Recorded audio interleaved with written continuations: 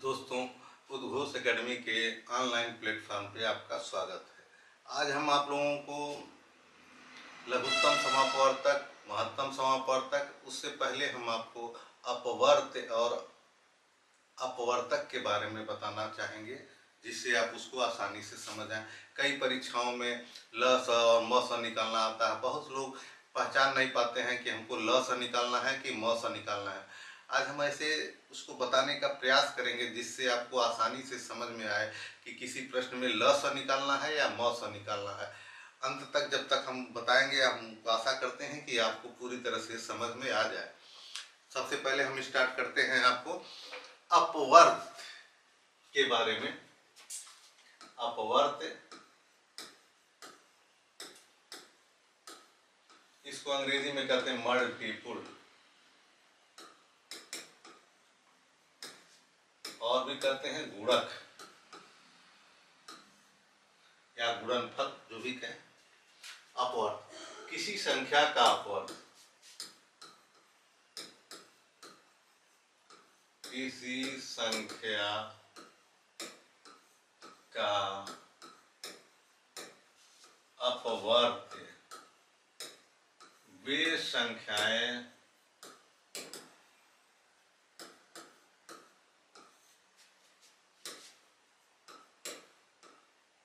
होती हैं जो दी गई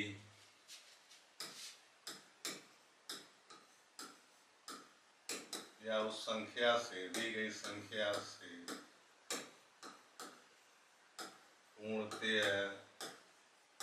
पूर्णतया विभाजित, माने शेषफल 0, पूर्णतया विभाजित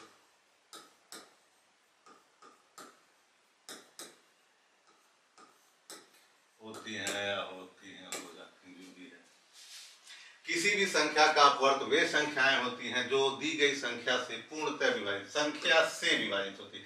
मान लीजिए हमने संख्या दे दिया कोई, और अपवर्त,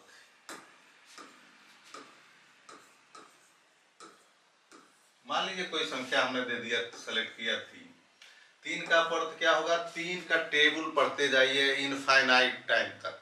3 का टेबल पढ़ते जाइए जब तक आप थके न। 3, 3 दूनी 6, 3 त्रिका 9, 3 चौके 12, आगे आगे आगे जब तक पढ़ते जाए। यानी ये सारी संख्याएं 3 का मल्टीपुल है और 3 का इसको अपवर्त, हिंदी में अपवर्त कहेंगे, अंग्रेजी में मल्टीपुल कहेंगे। तो यहाँ पे देखिए, सबसे इससे कॉन्सेप्ट हमारा क्या निकलता है, कई बार दे देता है परीक्षाओं में अपवर्त, और उसके बाद 3-4 वो दे देगा, डिफिनीशन दे देगा और पूछेगा इनमें से कौन सा नहीं है। तो आप देखें जरा सा, 3 का सबसे छोटा अपवर्त क्या होता है? वह संख्या खुद होती है। किसी भी संख्या का सबसे छोटा अपवर्त वह संख्या खुद होती है, और सबसे बड़ा अपवर्त ज्ञात नहीं किया जा सकता है। माने, और कोई भी अपवर्त या तो संख्या के बराबर होगी, अपवर्त क्या होगा? सबसे छोटा अपवर्त संख्या के बराबर होगी, इससे छोटा नहीं होगा, या इससे बड़ा होगा। आशा करते हैं कि अपवर्त के बारे में समझ गए होंगे। अब मान लीजिए किसी और संख्या का देख लीजिए, 5 का, 5, 10, 15, 20, ऐसे ऐसे ऐसे इनफाइनाइट टाइम तक। यानी सबसे छोटा अपवर्त इसका क्या होगा? वह संख्या खुद होगी, और सबसे बड़ा अपवर्त ज्ञात नहीं किया जा सकता है, इनफाइनाइट। और सबसे छोटा अपवर्त जो होगा, कोई भी किसी भी संख्या का अपवर्तक उसके बराबर होगा या उससे बड़ा होगा, उससे छोटा नहीं होगा। ध्यान दें जरा सा, ठीक है। आशा करते हैं कि अब भविष्य में अपवर्त यानी मल्टीपुल या गुणनफल, इन शब्दों का प्रयोग हो तो आप समझ जाएंगे इसका मतलब यही होता है। अब अपवर्तक के बारे में हम देखते हैं।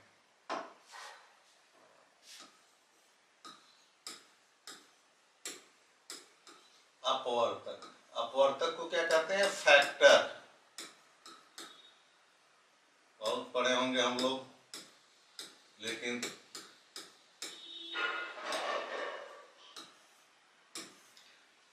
अपवर्तक, ठीक है। अपवर्तक क्या होता है? गुणनखंड। कई परीक्षाओं में, कई बार पीसीएस में भी, जीएस के पेपर में आ गया है कि 72 का अपवर्तक ज्ञात कीजिए, 108 का अपवर्तक ज्ञात कीजिए। ज्ञात नहीं की उसकी संख्या दे देती है, कितना होगा, 10 होगा, 12 होगा, 14 होगा, 16। तो जो आप निकालेंगे तो उसके आधार पे आप टिक मारेंगे। तो इसलिए इसको ध्यान से देखें। अपवर्तक बहुत इंपॉर्टेंट है। फैक्टर, अपवर्त थोड़ा इससे आसान था, लेकिन अपवर्तक थोड़ा ध्यान देने की जरूरत है। किसी संख्या का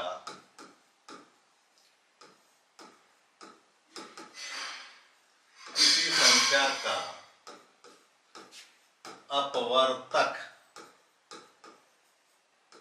वे संख्याएं होंगी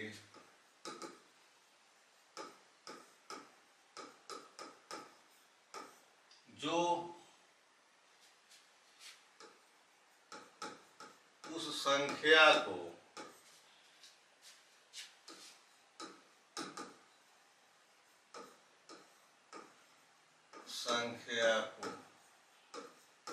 पूर्णतया विभाजित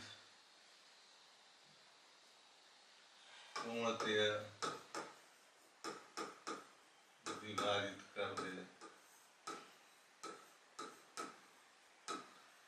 इसके पहले क्या बताए थे? संख्या से पूर्णतः विभाजित हो जा।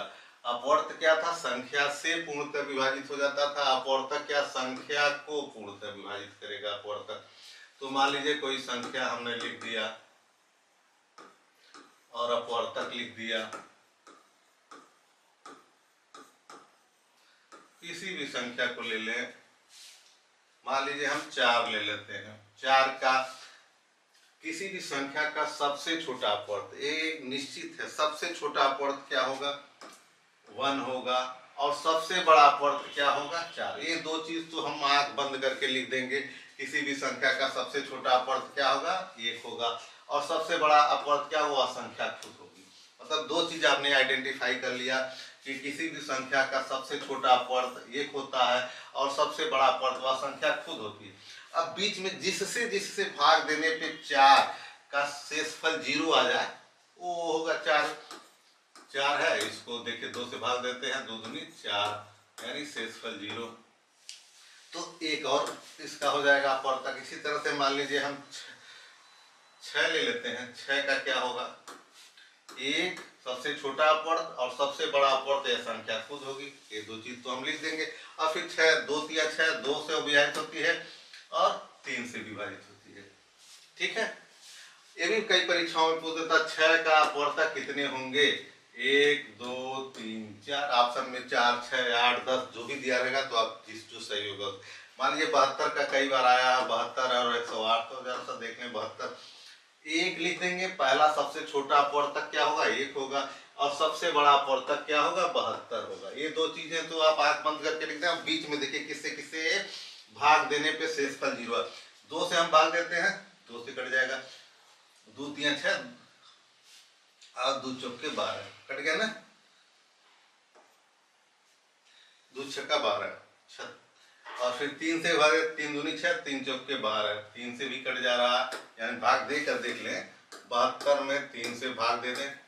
3 दूनी 6, 3 चौके 12।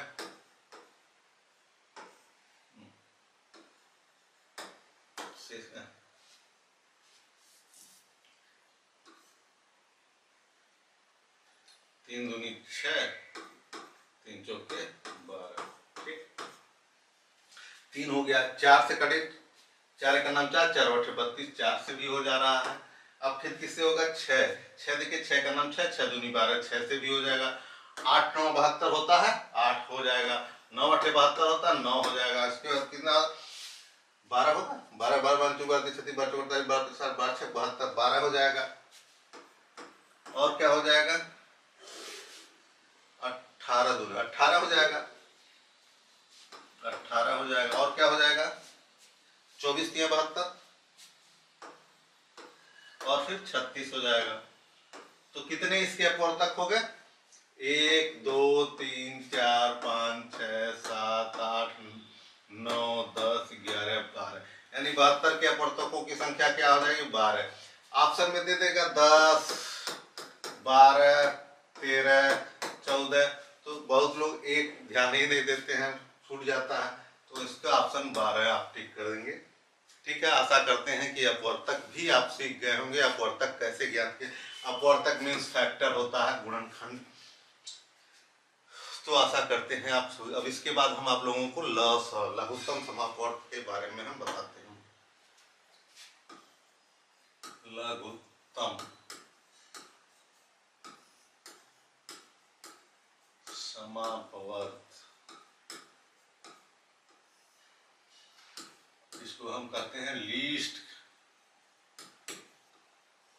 Common multiple.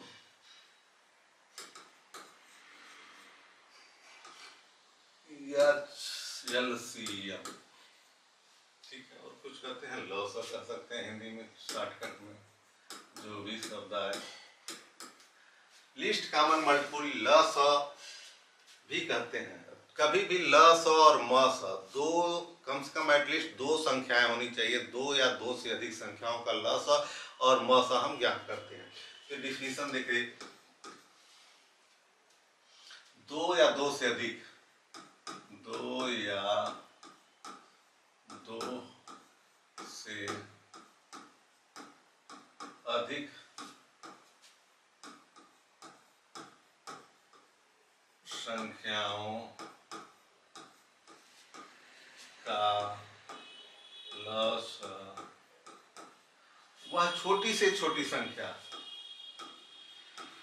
वह छोटी से छोटी, दो या दो से अधिक संख्याओं का लस वह छोटी से छोटी संख्या होगी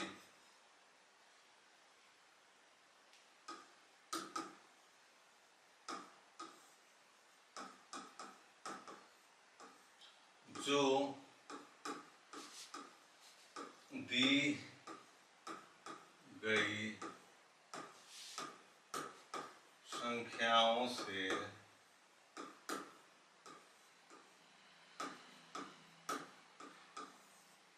पूर्णतया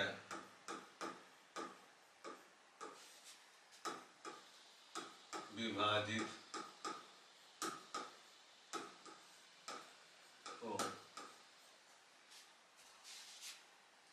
किसी संख्या का लस वह छोटी से छोटी संख्या होगी जो दी गई संख्याओं से पूर्णतः विभाजित हो गया। दी गई संख्याओं से पूर्णतः विभाजित हो जाएगा।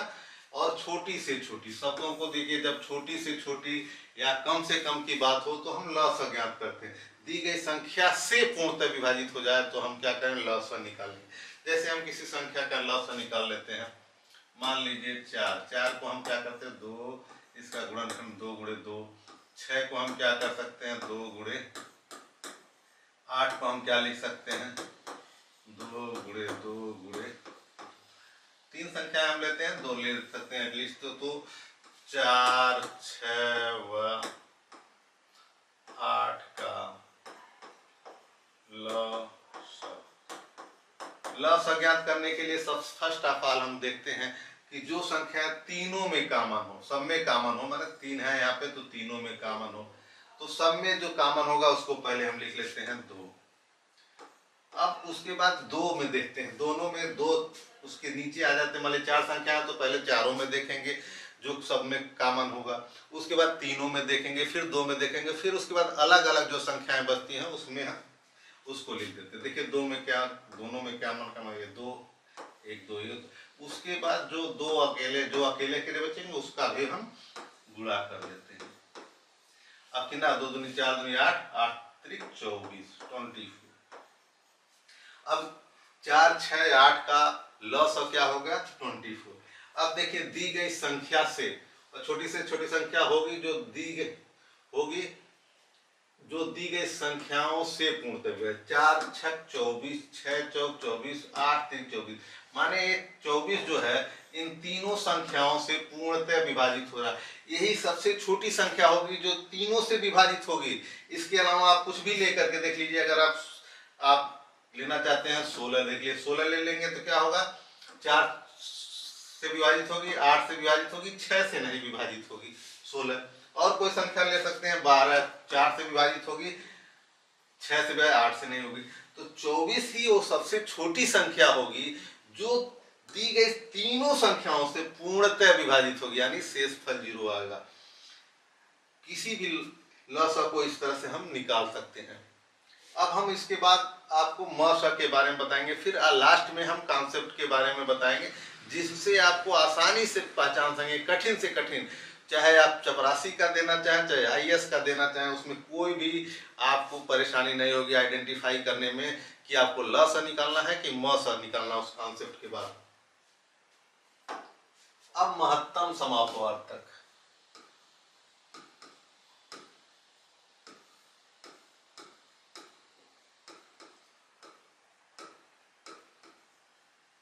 महत्तम समापवर्तक, हाईएस्ट कॉमन फैक्टर या ग्रेटेस्ट कॉमन फैक्टर जो भी लिखा जाता है, हाईएस्ट कॉमन फैक्टर HCF या मॉस, जो भी हम चाहे लिखें। दो या दो से अधिक संख्याओं का मॉस, इसका भी डिफिनेशन लिख लीजिए। दो या दो से अधिक संख्याओं का मॉस वह बड़ी से बड़ी संख्या होगी, वह बड़ी से बड़ी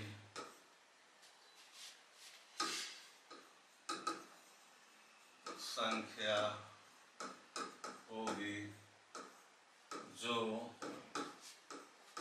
दी गई संख्याओं को पूर्णतः विभाजित करेगा।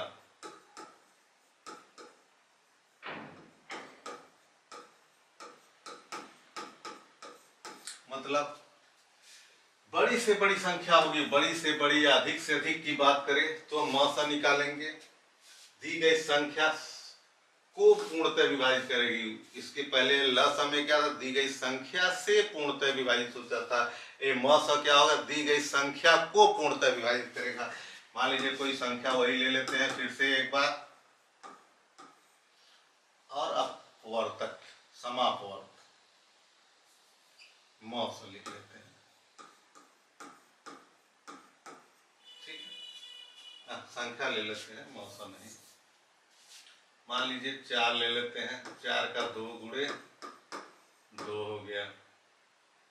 6 का ले लेते हैं, क्या ले लेते हैं, 2 गुणे 3 हो जाएगा। 8 का क्या होगा, 2 गुणे 2 गुणे 2। अब 4, 6 व 8 का मौसम। अब देखते हैं ल सा में क्या करते थे, जो सब में कॉमन उसको पहले लेते थे, फिर दोनों में जो कॉमन होता था उसको लेते थे, फिर जो अकेले अकेले बच जाते थे उनको लेते थे। लेकिन म सा में क्या होगा, जो सब में कॉमन होगा सिर्फ उसी को लेंगे। यानी इसका म सा क्या होगा, सिर्फ जो सब में कॉमन होगा। अगर 3 संख्या है तो तीनों में, 4 है तो चारों में। यहाँ पे हम 3 संख्या तीनों में कॉमन है 2, और कोई तो यहाँ पे देखिए, यहाँ पे और कोई चीज कॉमन है, एक में है, एक में है, इसमें नहीं है, ये है तो इसमें नहीं है।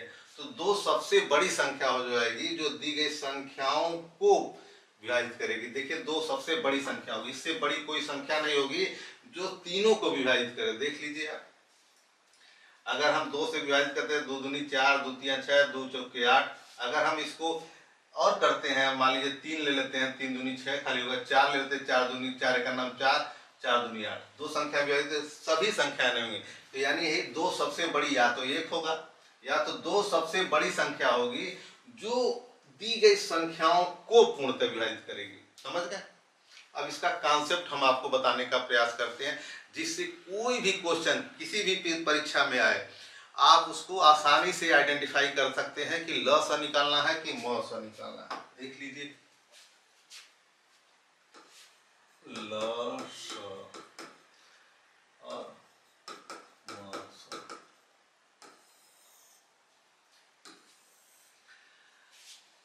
पहला देख लीजिए, बड़ी से बड़ी हो, छोटी से छोटी की बात हो। जब भी किसी क्वेश्चन में छोटी से छोटी या कम से कम कहे तो क्या आंख बंद करके उस सवाल में ल स निकालेंगे।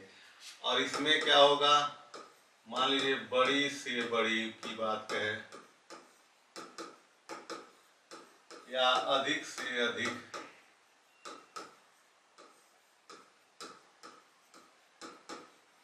अधिक से अधिक की बात करें तो हम क्या निकालेंगे, म स निकालेंगे।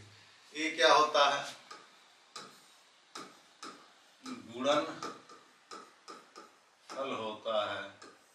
ये क्या होता है, गुणनखंड होता है। समझ गए, मल्टीपुल और फैक्टर, अंग्रेजी भी लिख दें। और ये क्या होता है, गुणन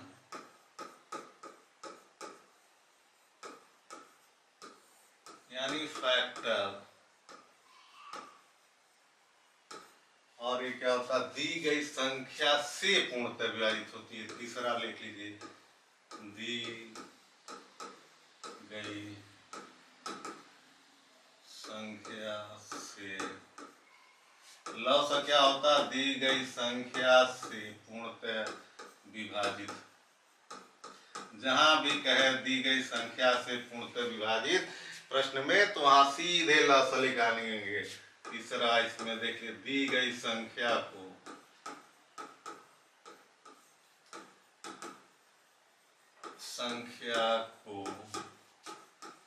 पूर्णतः विभाजित करेगा। यहाँ दी गई संख्या को है, यहाँ दी गई संख्या से है। ठीक है, दोनों में अंतर आप समझ गए होंगे। और चौथा जो सबसे इम्पोर्टेंट है, किसी किताब में नहीं है, घटनाएं एक साथ होने की संभावना।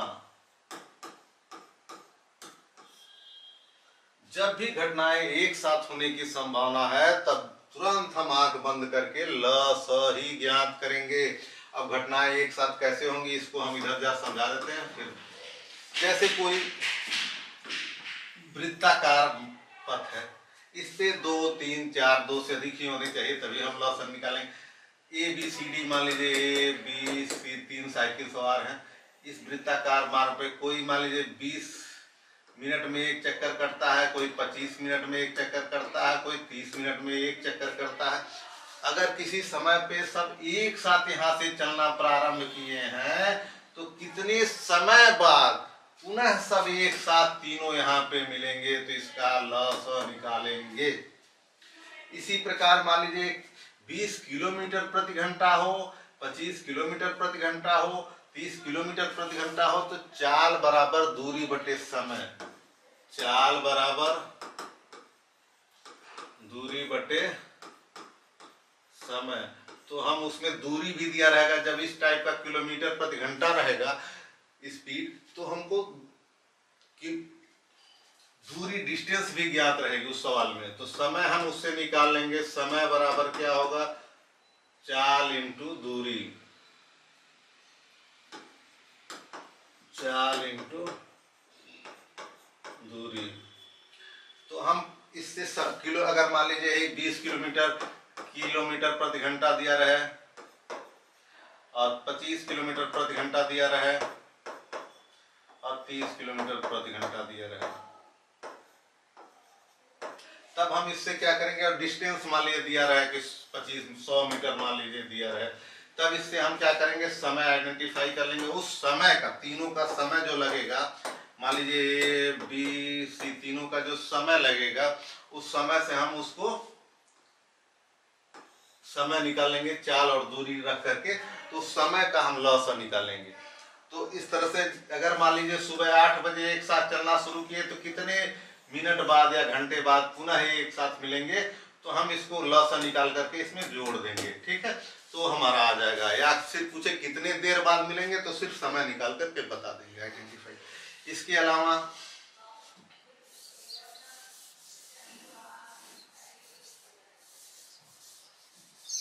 अलावा मान लीजिए क्या आ सकता है, जहां घटना है एक साथ किसी ट्रैफिक लाइट, 3-4 ट्रैफिक लाइटें हैं मान लीजिए, 4-4 सेकंड के अंतराल पे, 4, 8, 12, 16, 4-4 सेकंड के अंतराल पे जो है एक साथ जल रहे हैं। अगर किसी समय एक साथ सब जले हों, पुनः सब एक साथ लाइटें कब जलेंगी, तो इसके लिए इन सब का लॉस निकालेंगे। और मान लीजिए किसी मंदिर की घंटियां 3, 6, 9 सेकंड के अंतराल पे बजती हैं।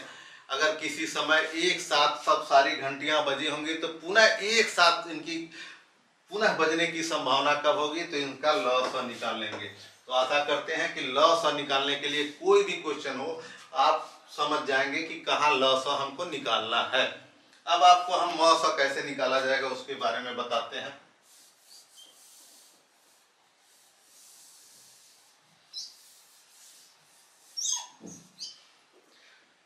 तो घटनाएं एक साथ जब भी होंगी तो हम क्या निकालेंगे, लॉस होगी। और तीसरा चौथा इसमें क्या होगा, उभयनिष्ठ मापन। उभयनिष्ठ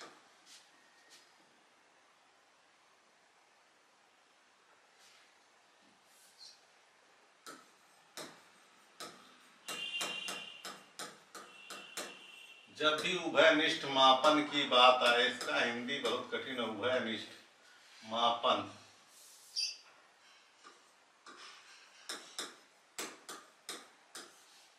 उभयनिष्ठ का हिंदी और कुछ नहीं मिला हमको, बहुत खोजा। इसका अंग्रेजी आसान है, कॉमन मेजरमेंट।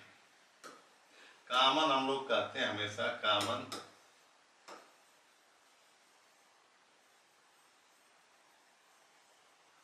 जब भी कॉमन मेजरमेंट की बात करें तब हम क्या करेंगे, मॉस निकालेंगे। अब कॉमन मेजरमेंट क्या होता है जरा सा देखें ध्यान से।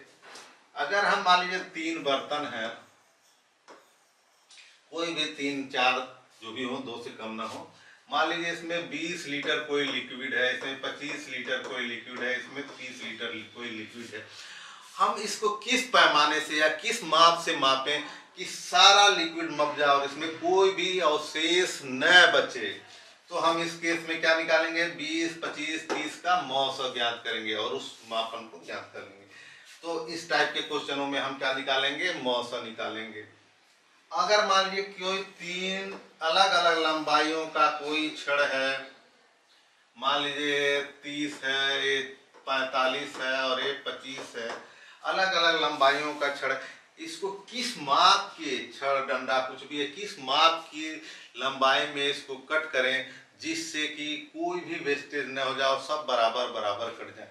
इस केस में भी हम क्या करेंगे, मॉस निकालेंगे। ठीक है, आशा करते हैं कि आप जो है लॉस और मॉस आइडेंटिफाई करना सीख गए होंगे। निकालना तो आसान है, कोई भी कैलकुलेशन कर लेगा, कैलकुलेशन जो भी गुणा भाग जानता रहेगा वो निकाल लेगा। लेकिन आइडेंटिफाई करना मुश्किल हो जाता है कई क्वेश्चनों में कि हमको लॉस निकालना है कि मॉस निकालना है। तो इन सारी चीज़ों से आप आइडेंटिफाई कर लेंगे कि लॉस निकालना है, मॉस निकालना है। इसके आगे के भाग में हम आपको क्वेश्चन सॉल्व करके बताने का प्रयास करेंगे। कई क्वेश्चनों को हम करीब 20-25 क्वेश्चनों को हम सॉल्व करके लॉस और मॉस का हर एक प्रकार के क्वेश्चनों को हम सॉल्व करके आपको बताएंगे।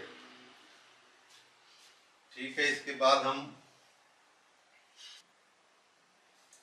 जिस चीज को हमने पढ़ाया है उसी चीज को हम एक बार लिखित रूप में पीपीटी के माध्यम से आपको बताने का प्रयास करते हैं।